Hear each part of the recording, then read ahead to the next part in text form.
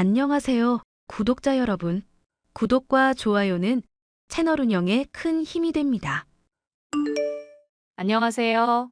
저는 자그마한 과일 가게 겸 주스 전문점을 운영하는 올해로 60살 된 여성입니다. 기억도 안 나는 어린 시절 부모님을 모두 잃고 보육원에 맡겨진 저는 원장 수녀님, 친구들을 가족 삼아 자랐어요. 유일하게 기억나는 건 보육원에 맡겨진 지 얼마 되지 않았을 시점, 엄마 보고 싶다며 울었던 거예요. 너무 오래전 일이라 지금은 더 희미해진 기억이지만 그만큼 가족이라는 존재는 평생 사무치는 존재인 것 같습니다. 제가 이런 이야기를 하는 이유는 몇 년 전 저에게 일어난 기막힌 일을 알려드리기 위함이에요. 그 일로 평생 숙제로 삼았던 일을 해결했고 세상이 좁고 만날 사람은 결국 만난다는 걸 몸소 느꼈거든요. 덕분에 이렇게 활기찬 제2의 인생을 시작하게 되었는데요. 무슨 사연인지 궁금하시죠? 그러면 지금 바로 제 사연 시작하겠습니다. 진주 씨, 요즘 일할 만해요? 어려운 건 많이 없죠? 아, 네. 성환 씨가 많이 도와줘서 금방 적응했어요. 처음에 공장 와서 지금까지 도움만 받네요. 그게 제가 할 일인걸요. 처음에 웬 어린 여자애가 왔나 싶었는데 일도 가르쳐주는 대로 야무지게 잘하고 보기 좋아요. 그래도 내가 사수니까 무슨 일 있으면 나 불러요. 네네, 그럴게요. 제가 뭐 해드릴 것도 없는데 죄송해요. 그저 감사하다는 말 밖에는. 세상 사는 게 다 뭐 그런 거죠. 이런 고생, 저런 고생 해보면서 사는 거예요. 사는 게 다 내 맘 같지도 않을 때도 있을 거고. 그러니 힘들면 혼자 참지 말고 주변에 친한 경혜 씨나 순희 씨한테도 털어놓고요. 가뜩이나 타지에서 혼자 고생하는 것 같던데. 가족들은 어디 멀리 떨어져 사나 봐요? 아, 저 혼자 맞아요. 제가 어렸을 때 부모님이 사고로 돌아가셔서 보육원에서 자랐거든요. 아, 이런. 미안해요. 기분 나빴다면 미안해요.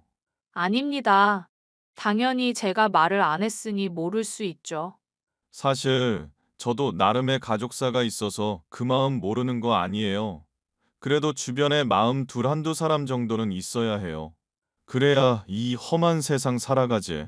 예나 지금이나 20살이 되면 보육원을 나와야 했습니다.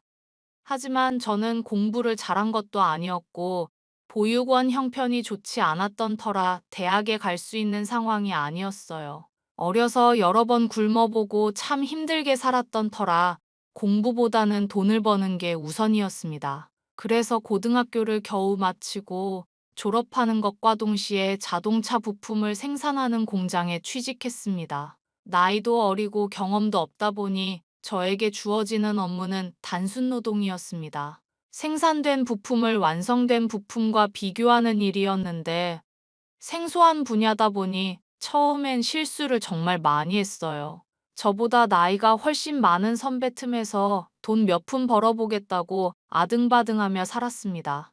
그렇게 한 1년 정도 일하며 어느 정도 업무에 익숙해질 때쯤 남편을 만나 연애했어요. 월급을 받는 족족, 그동안 키워준 은혜에 보답하고자 절반 정도는 보육원으로 보냈습니다. 입을 거, 먹을 거 아껴가며 한 푼 두 푼 모았더랬죠. 남편은 성실하고 다정다감한 사람이었습니다. 늘 힘들어했던 저에게 버팀목이 되어준 유일한 존재였죠. 그러니 자연스레 호감이 생겼고 10살이라는 나이 차이를 극복하고 결혼에 골인했습니다. 다행히 시어머니도 좋은 분이었어요. 그 시절 혹독한 시집살이가 있던 시기지만 저는 좀 달랐습니다. 얘 새아가 밤새워 일하고 오느라 힘들지? 이 늙은이가 빨리 죽어야 하는데 괜히 너희들 고생시키는 거 아닌지 모르겠다. 아니에요, 어머니. 저희 속상하게 왜 그런 말씀을 하세요? 계속해 오던 일이고 몸이 고된 건 사실이지만 그만큼 보람도 있고 즐겁게 일하고 있어요. 그러니 너무 걱정하지 마세요. 항상 긍정적인 게 참 보기 좋구나. 뉴스 보니까 요즘 경기가 안 좋다는데. 안 그래도 월급 말고 수당은 없어졌어요. 회사 자금 사정이 안 좋다고 월급도 겨우 주는 모양이에요. 그래서 어쩐다니 하루아침에 잘리면 그게 무슨 죄야. 나라가 어떻게 되려고 이 모양인지. 어머니, 걱정하지 마세요. 그동안 모아둔 돈도 있고 혹여나 잘리면 어때요? 저희가 할 수 있는 일 찾아서 하면 되죠. 저희 나이 아직 젊어요. 허허, 당신은 젊지만 난 이제 늙어가잖아. 그래도 당신이 그렇게 생각해줘서 고마울 따름이야. 엄마도 잘 모셔줘서 고마워. 내가 친엄마도 아닌데 이 녀석도 그렇고 너도 그렇고 내가 정말 미안하구나. 엄마, 그런 말 하지 말라니까. 친엄마가 아니면 어때? 나 이렇게 살 수 있게 길러준 게 어디야. 난 평생 엄마한테 효도하면서 살 거야. 그렇게 생각해주니 고맙다. 덕분에 마음의 짐이 좀 주는구나.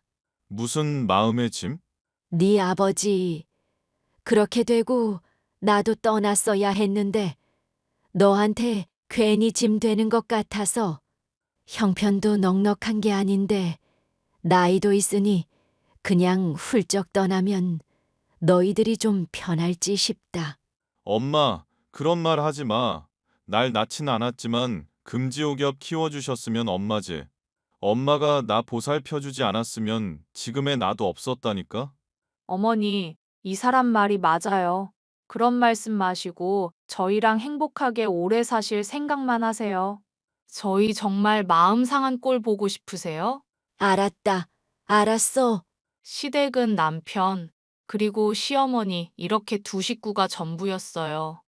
시어머니가 시아버지의 둘째 부인인데 첫 시어머니, 그러니까 남편의 친엄마가 남편을 낳고 열흘 만에 돌아가셨어요. 하지만 아이는 엄마가 키워야 한다며 곧바로 지금 시어머니와 재혼하셨고 그렇게 남편은 시어머니의 손에 자란 겁니다. 시아버지는 늘 술과 폭력을 일삼으시던 분이었고 결국 남편이 초등학생인 시절 큰 사고를 치시고는 집을 나가셨죠.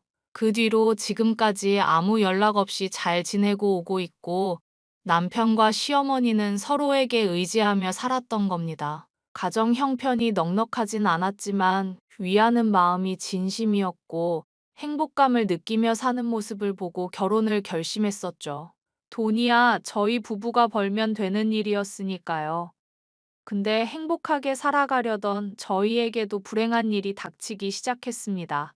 몇 년 동안 일한 회사가 부도가 나는 바람에 자금 운용이 어려워지고 결국 많은 사람이 권고사직을 당했습니다. 남편도 그중 하나였고 실직을 당했다는 사실에 며칠은 정신을 못 차리더군요. 형편도 급격히 어려워지고 그나마 살고 있던 빌라에서 방 2칸짜리 지하 셋방으로 이사하며 살림살이도 줄이게 되었죠. 저희는 어렵사리 그동안 모은 돈을 탈탈 털어 1톤짜리 중고 트럭 하나를 구매했고 야채와 과일을 팔기 시작했습니다. 장사하느라 힘들지. 매번 그렇게 새벽같이 나가서 밤늦은 시간에 들어오는데 걱정되는구나. 그래도 이렇게 해야 우리 세 식구 쌀값을 벌죠. 엄마, 걱정하지 마세요. 저흰 괜찮아요. 열심히 벌어서 호강시켜 드릴게요. 우리 새아가는 팔자에도 없는 고생을 하는구나. 못난 시험이 만나서 한참 사랑받고 자랄 시기에 온갖 고생을 하니원. 정말 미안하다. 어머님이 왜 미안해 하세요? 지금은 조금 힘들지만 금방 이 시기 지날 거예요. 저희 셋 열심히 살아서 꼭 다시 일어나자고요. 맞아. 우리 꼭 성공할 거야. 지금은 이렇게 어렵게 생활해도 언젠가는 빛을 발하겠지? 그러니 엄마도 힘내야 해요. 애구구, 내가 너희들 때문에 산다. 도움도 못 되는 이 노인네가 뭐가 좋다고. 어머니, 그런 말씀 마세요. 저 이 사람이랑 결혼하기로 한순간부터 그 어떤 시련이 와도 잘 이겨낼 결심하고 결혼한 거예요. 그리고 가족끼리는 미안하다는 말 하는 거 아니래요. 저희가 좋아서 결혼한 거고 어머니 모시는 건 당연한 거니까요. 정 그러시면 오래오래 저희랑 함께 해주시면 그만이에요. 말도 예쁘게 하지. 어디서 이런 복덩이가 굴러 들어왔을꼬. 그러니까 아무튼 엄마, 우리 다 같이 힘냅시다. 그럼 나 하나만 허락해 줄 수 있겠니? 내가 동네 산책을 다니다. 우연히 본 건데 말이다. 집에 가만히 있자니 좀이 쑤셔서 부업을 해볼까 해. 그래도 뭐라도 하면 몇만 원이라도 벌겠지. 한 푼이라도 아쉬운 마당에 조금 보탬이 되고 싶구나. 엄마가 하고 싶으면 하셔요. 우리가 말린다고 안 하실 분도 아니고. 혼자 적적하게 있는 것보다는 낫겠지. 어머니, 대신에 너무 무리하시면 안 돼요. 뭐든지 적당히 하시고 힘드시면 그만두세요. 아시겠죠? 알았다. 고마워. 저희는 하루 벌어 하루 먹고 사는 힘든 시간을 보냈습니다. 물론 어떤 날엔 벌이가 없던 날도 있었어요. 비가 오거나 눈이 올 땐 그나마 하던 장사도 접어야 했고요. 그래도 1년, 2년 시간이 흐르니 나름 적성에도 맞고 여기저기 돌아다니며 사람들 만나는 게 참 재밌더라고요. 일에 익숙해질 때 과일만 팔아서는 장사가 안 된다는 걸 깨닫고 겨울엔 붕어빵이나 떡볶이를 만들어 팔기도 하고 여름엔 시원한 얼음을 구비해 커피나 음료수를 팔기도 했습니다. 그렇게 정신없이 일하며 한 푼 두 푼 모으고 주머니 사정도 조금씩 나아지니 마음의 여유가 생기더군요. 제 나이 29이던 해 저희 부부에게 사랑스러운 아기 천사가 찾아왔어요. 그동안 고생했다고 이제는 좀 마음 편히 쉬라고 하늘에서 보내준 선물 같았습니다. 임신한 몸으로도 남편을 따라다니며 장사를 했고 살림까지 하느라 몸이 여간 고된 건 아니었지만 그래도 행복했어요. 9개월 정도의 시간이 흐르고 저는 건강한 딸아이를 출산했습니다. 남편 혼자 일을 하게 두는 게 참 미안했지만 몸조리하며 육아하니 그간 겪은 피로와는 차원이 다르더군요. 저희 부부는 아이가 태어나자 더 열심히 일했어요. 해주는 게 없는데도 기특하게 밝고 건강하게 잘 커주더라고요. 3살인데도 불구하고 저희와 함께 다니다 보니 말도 빠르고 똑똑하다는 소리 들으며 자랐습니다. 하지만 아이를 데리고 다니며 장사하는 것도 여간 힘든 게 아니었어요. 그래서 가게를 차려볼지 고민을 많이 했습니다. 돈도 어느 정도 모았겠다. 형편이 나아진 상황에 뭐라도 시도해도 좋아. 행복한 고민을 하게 되었죠. 그러던 와중 저희 부부에게 있어서는 안 될 일이 일어나고 말았습니다. 손님이 갑자기 몰려와 흥정하던 사이에 3살배기 딸을 잃어버리고 만 거예요. 충격적인 상황에 장사는 뒷전으로 하고 남편과 하루 종일 밤낮 없이 아이를 찾아다녔습니다. 아무리 뒤져보고 수소문해봐도 아이의 행방은 알 수 없었고 저희 부부는 좌절할 수밖에 없었어요. 여보, 우리 장사한 지도 거의 10년인데 이제 트럭 정리하고 가게를 얻어볼까? 미나도 어린이집 다니고 하면 아무래도 트럭보다는 가게가 낫지 싶어서. 그 생각 나도 안 해본 건 아닌데. 솔직히 돈 벌어서 모아둔 것도 제법 되고. 당신 고생 좀 덜 시키고 싶은 마음은 굴뚝 같지. 그럼 좋은 자리 알아보고 계약하자. 당신도 매번 운전하느라 고생하잖아. 우리도 한 군데 정착하면 좋을 것 같아. 근데 그게 생각보다 쉬운 일이 아니야. 나 솔직히 실직당하고 나서 사람 못 믿겠어. 그냥 우리끼리 하는 것도 나은 것 같고. 사기당할까봐 그런 거면 너무 걱정하지 마. 우리 집 앞 부동산 최 사장님 알지? 내가 안 그래도 말씀드렸는데 좋은 자리 알아봐 주신다고 했거든. 번화가는 아니어도 적당히 목 좋은 곳, 우리 너무 욕심내지 말자. 정말? 최 사장님이면 그래도 믿을 만하지. 우리 집 이사 다닐 때도 발벗고 나서 주신 분이니까. 어휴, 이제는 미나도 쑥쑥 커가고 해달라는 거 많아질 시긴데. 엄마, 아빠, 나 깎아 먹고 싶어요. 저기 솜사탕, 솜사탕. 어이구, 우리 딸, 솜사탕을 그렇게 먹고 싶었어? 엄마 아빠가 잠깐 손님 좀 모시고 올 테니까 꼼짝 말고 기다릴 수 있어? 아니, 나 솜사탕 먹고 싶어요. 손님이 갑자기 많이 와서 엄마 아빠가 금방 얘기만 하고 올게. 그러니 여기 앉아서 잠시만 기다려줘. 우리 딸, 엄마 아빠 말 잘 듣지? 금방 올 테니까 어디 가지 말고. 여보, 잠깐 이리 와봐요. 이거 가격 흥정 좀 해야 하는데. 여보, 우리 미나가 없어졌어요. 미나야, 어딨니? 뭐? 내가 거기 앉아 있으라 했는데 5분도 안 됐는데 그 어린애가 어디를 가? 아니, 차에도 없고, 혹시나 여기 공터에서 놀고 있나 봤는데. 미나야, 미나야. 미나야 어딨니? 엄마 아빠 여기 있어. 어디 있니 미나야? 여보, 우리 미나 잘못된 건 아니겠죠?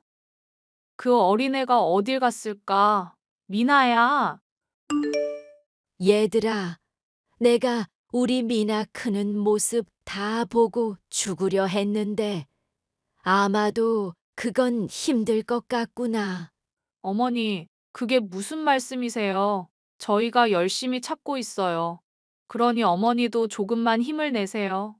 엄마, 이럴수록 자리에서 털고 일어나셔야지. 그동안 못 해본 거 우리가 다 해드릴 건데.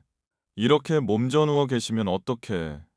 사람이 갈 때가 되면 다 가고 그러는 거지. 내 나이 80이면 많이 살았다. 어머니, 그런 말씀 마세요. 저희랑 더 오래오래 사실 수 있어요. 그러니 제발요.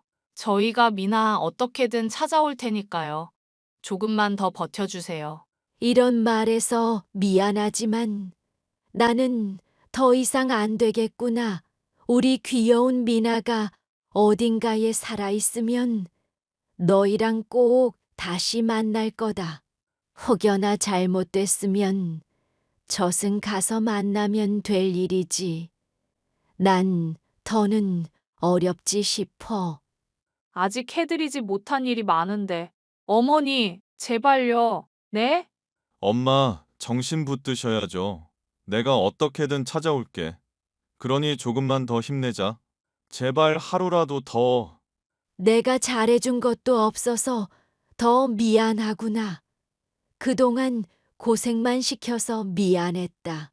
이제라도 편하게 살려무나. 전단을 만들어 전국의 경찰서와 보육시설, 병원 등을 다 뒤졌고 길거리에서 사람들에게 호소도 해봤지만 찾을 수 없었습니다. 그 무렵 시어머니가 노안으로 몸이 쇠약해지신 데다가 건강 상태가 급격히 안 좋아져 돌아가시고 말았습니다. 저희 부부가 연달아 겪은 충격으로 인해 심적으로 겪었던 고통은 이루어 말할 수 없었어요. 시어머니를 보낸 슬픔도 잠시, 저희 부부는 이내 정신을 차리며 살아야 했습니다. 바로 언젠가 만날 딸아이를 위해서 말이죠. 혹여나 똑똑한 딸아이가 집을 찾아올지 싶어 어디 이사하지도 못하고 한 곳에서 정착해 살았고 마지막으로 머물렀던 곳 근처에 상가를 얻어 과일 가게를 시작했답니다. 오랫동안 장사를 해왔던 터라 입소문이 난 덕에 장사가 잘 되었지만 딸아이가 없는 상황에 마냥 웃을 수도 없는 상황이었습니다. 여보, 나 더는 안 되겠어. 미안하지만 가게는 당신이 좀 맡아줬음에. 왜요? 뭐 때문에 그러는데요? 전단 만들어서 수십만 장, 수천만 장 돌리면 뭐해. 더 이상 그 방법은 가망이 없어. 내가 직접 발로 뛰면서 찾아야겠어. 당신 몸도 성치 않은데 괜찮겠어요? 도대체 뭘 어쩌겠다는 거야. 이렇게 손 놓고 있을 순 없잖아. 내가 그래도 할 줄 아는 게 운전이니까 택시 기사로 일하면서 사람들 좀 만나다 보면 혹시 알아? 정말 기막힌 우연으로 우리 딸 찾을 수 있을지. 그게 되겠어요? 당신 마음은 이해하지만 뭐라도 해봐야지. 내 당장 다음 주에 이 앞 택시 회사에 면접하러 가기로 했어. 할 수 있는 게 운전이면 그거라도 해봐야지. 난 지금 바닥에 기어다니라면 기어다닐 수도 있어. 그만큼 절박하다고. 정말이요? 흑흑. 괜히 당신만 고생시키는 거 아닌가 몰라. 우리 미나 어딘가에서 잘 살고 있겠죠? 아직 포기하기엔 일러. 워낙 세상이 흉흉해서 다들 그만두라고 하는데. 난 그렇게 생각 안 해. 우리 미나 어딘가에 반드시 살아있을 거야. 죽기 전에 제발 한 번이라도 좋으니 우리 딸 미나 좀 만났으면 해요. 그러면 더 이상 소원도 없어요. 당신이 그렇게 하고 싶다면 그렇게 해요. 그리고 전단도 좀 바꿔야 해. 아무래도 모습이 좀 달라졌을 테니까. 요즘 몽타주의인지 그런 거 잘 돼 있어서 컴퓨터로 몇 년 후 모습 예측하고 그러더라고. 걱정하지 말고 나한테 맡겨줘. 내가 어떻게든 우리 미나 찾아올게. 너무 무리하지 마요. 나도 가게 돌보면서 손님들한테 계속 전단 돌리고 있어. 그 단골 손님 중에 김 사모님 알지? 김 사모님 아들이 방송국 PD인데 이산가족 찾는 것처럼 미아 찾기 방송 계획 중인가 봐. 내가 웃돈이라도 줄 테니 신경 좀 써달라 했어요. 나도 노력하고 있으니까 우리 서로 힘내요. 그렇게 해서 찾을 수 있으면 얼마나 좋아. 우리 아직 희망을 버리지 말자고. 남편은 그렇게 택시 기사로 취직해 서울, 경기 등 안 가는 지역이 없었습니다. 전국 8도를 다 돌 순 없었지만 정말 많이 다녔어요. 택시를 운전하며 만나는 사람마다 딸의 사진과 전단을 나누어 주며 엄청난 노력을 했습니다. 그렇게 저희 부부는 각자의 위치에서 언젠간 딸아이를 만날 날만을 기다렸습니다. 세월도 무심하다 했던가요? 20년이란 세월이 훌쩍 지났고 저희는 흰머리가 듬성듬성 난 중년 부부가 되어 있었습니다. 운영하던 과일 가게도 시대가 변하면서 좀 더 넓고 좋은 곳으로 이전을 했고 요즘 사람들 분위기에 맞춰 업종도 변경했죠. 과일도 팔면서 샐러드나 주스 같은 건강식을 판매하기로 한 겁니다. 여전히 남편은 택시 기사로 일하며 딸아이를 찾는 일에 몰두하고 있었죠. 오랜 세월 딸아이를 찾는 남편의 모습에 하늘이 감동했는지 저희 부부에게 한 줄기 희망이 찾아왔습니다. 승객 중 한 명이 남편의 사연을 방송국에 제보한 덕분에 전국에서 많은 제보가 쏟아지기 시작했거든요. 연락이 오는 사람마다 딸아이의 나이와 같은 비슷한 또래는 모두 DNA 검사를 실시했지만 모두 허사였습니다. 그렇게 2년이라는 긴 시간이 지난 어느 날이었어요. 몸도 마음도 지쳐있던 상태라 가게 일을 온전히 보지 못하겠더라고요. 그래서 직원 한 명을 구하기로 하고 구직 사이트에 공고를 올려두었죠. 여보, 이것 좀 봐봐. 내가 눈이 이상한 건지 좀 봐줘. 왜? 눈이 안 보여?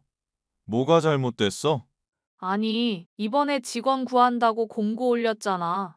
생각보다 지원자가 많아서 이력서 간추리고 있는데 이게 우연이 아니면 뭔데 그래?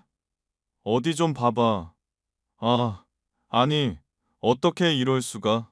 지금 내가 몇 번이고 보는데 이거 분명 우리 미나 맞죠? 이 사람 이름은 미나지만 사진 보면 우리 전단이랑 되게 비슷하잖아. 나 지금 좀 소름 돋거든요? 그러게, 보는데 정말 비슷해. 나이도 비슷하고. 생각할 것도 없어. 연락해서 당장 면접 오라고 해. 정말이지 이게 하늘이 주신 기회라면. 제발 그러길 바라야지. 여보, 그 지원자한테 연락했어. 그런데 사정이 있어서 당장은 면접 못 오고 다음 주에나 가능하대. 그래서, 뭐래? 뭐라긴, 되는 대로 와달라 했지. 얼마든지 기다리겠다고. 근데 혹시 몰라서 딸 찾는다는 이야기는 안 했어. 혹여나 부담감 가질까봐. 잘했어. 잘했어. 다음 주까지 잠은 다 잤다. 제발 우리 바램대로였으면 좋겠다. 그동안 당신 정말 많이 고생했잖아. 솔직히 가슴에 묻고 살까도 했거든. 당신 나이도 들고 몸도 안 좋고 내가 마음 아파서 더는 두고 볼 수가 없었거든. 그게 무슨 소리야. 하나밖에 없는 우리 딸 어떻게든 찾는 게 당연한 건데. 나 그래서 일부러 아이 안 가지려고 한 거야. 우리 미나한테 너무 미안해서. 잠깐이라도 미나 잊을까 봐. 당신 마음 나도 이해해. 지금까지 우리 잘해왔으니까 좋은 결과 있을 거야. 저희 부부는 설렘 반 기대 반, 그리고 왠지 모를 긴장감에 잠을 제대로 못 잤어요. 정말 딸아이가 맞으면 어디서부터 이야기를 해줘야 할지, 그동안 어떻게 살아왔는지, 무엇을 해야 하는지 모르겠더라고요. 결국 며칠의 시간이 흐르고 딸로 추정되는 지원자가 면접을 오기로 한 날이 되었습니다. 남편과 저는 잔뜩 긴장한 상태로 식은땀까지 흘리며 기다리고 있었죠. 이윽고 약속한 시각이 되었고, 가게로 정말 발랄하고 활기찬 모습으로 한 여성이 들어왔어요.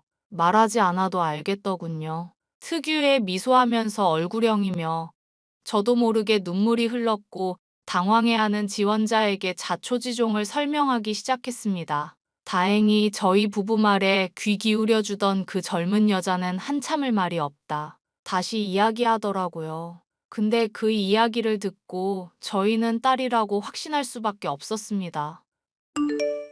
안녕하세요, 사장님. 면접 보러 온 이민아입니다. 초면에 미안해요. 내가 눈물이 많아서. 사실 우리가 어려서 딸을 잃어버렸는데 딱 그쪽 또래라. 생각이 많이 나네요. 아, 이해해요. 그러실 수도 있죠. 이력서에 별다른 내용이 없는데 좋게 봐주셔서 감사합니다. 제가 일이 있어서 면접도 늦었는데. 아니에요. 아무튼 와줘서 고마워요. 우리 딸이랑 이름도 비슷해서. 우리 딸은 이민아거든요. 음, 사실 제 이름이 미나인지 민하인지 잘 모르겠어요. 수녀님이 미나라고 지어주셔서요. 수녀님이라면 아, 저 보육원에서 자랐습니다. 자랑은 아니지만 성북동 근처에서 발견된 저를 누군가 보육원에 데려다 주셨다고 하더라고요. 잠시만요. 혹시 그 보육원 이름이 어떻게 됩니까? 태양보육원이라는 곳이에요. 성당에서 운영하는 곳이고 규모는 그렇게 크지 않아요. 혹시 태양보육원 이민아가 그쪽이에요? 네, 저 맞아요. 근데 제가 처음 왔을 때 이름을 애매하게 말해서 미나인지 민하인지 잘 모르겠다고 했거든요. 그래서 수녀님 이름 따라 그냥 미나라고 하기로 해서 이민아로 살아온 거예요. 근데 저를 아세요? 여보, 왜 그래요? 당신 알아? 아니, 내가 그 처음에 미나 잃어버리고 근처 보육원이라는 데를 다 알아봤는데 태양보육원이라는 곳에 이민아라는 아이가 있다는 거야. 그래서 수소문했지. 근데 말이랑은 다르게 이민아라는 아이가 없다고 그러더라고. 당신한테 말은 안 했지만 혹시나 했는데 우리 미나가 진짜였다니. 만날 수 있었는데 이렇게 어긋나 버리다니. 어쩜 이런 일이. 어, 아마 그건 제가 입양을 가서 그럴 거예요. 끝이 좋진 못했지만 양부모님이 성당분들이랑 되게 사이가 안 좋으셔서. 아니, 이런 일이. 아이고, 하나님 감사합니다. 내가 네 엄마다 미나야. 네? 지금 그게 무슨 말씀이세요? 우리가 딸 잃어버렸다고 했죠? 솔직히 말하면 우리는 왠지 그쪽이 우리 딸 같거든요. 혹시 괜찮다면 DNA 검사 해보지 않을래요? 잠시만요. 제가 지금 좀 당황스러워서. 혹시 며칠만 시간을 주실 수 있나요? 그래요. 우리 입장만 고집할 순 없으니. 생각해보고 연락해줘요. 기다리고 있을게요. 포기해야 하려는 찰나 유전자 검사를 하겠다는 연락을 받았고 그 길로 저희 셋은 다시 만났어요. 유전자 검사 의뢰를 하고 그렇게 며칠의 시간이 더 흘렀고 저희 부부는 뜬 눈으로 밤을 지새우며 연락을 기다렸습니다. 그리고 정말 엄청난 소식을 접하게 되었죠. 정말로 그 사람이 저희 부부의 딸이었던 겁니다. 전화로 먼저 소식을 듣고는 믿기지 않았고 서류로 유전자가 99.999% 일치함, 부녀관계가 성립함이라는 글귀를 보고 나서야 정말 잃어버렸던 딸을 찾았다는 걸 실감할 수 있었죠. 서로 안부를 묻는다기보단 정말 아무 말 없이 셋이 꽉 끌어안고 하염없이 눈물만 흘렸습니다. 그렇게 한참을 울었을까요? 딸아이가 먼저 말을 꺼내더군요.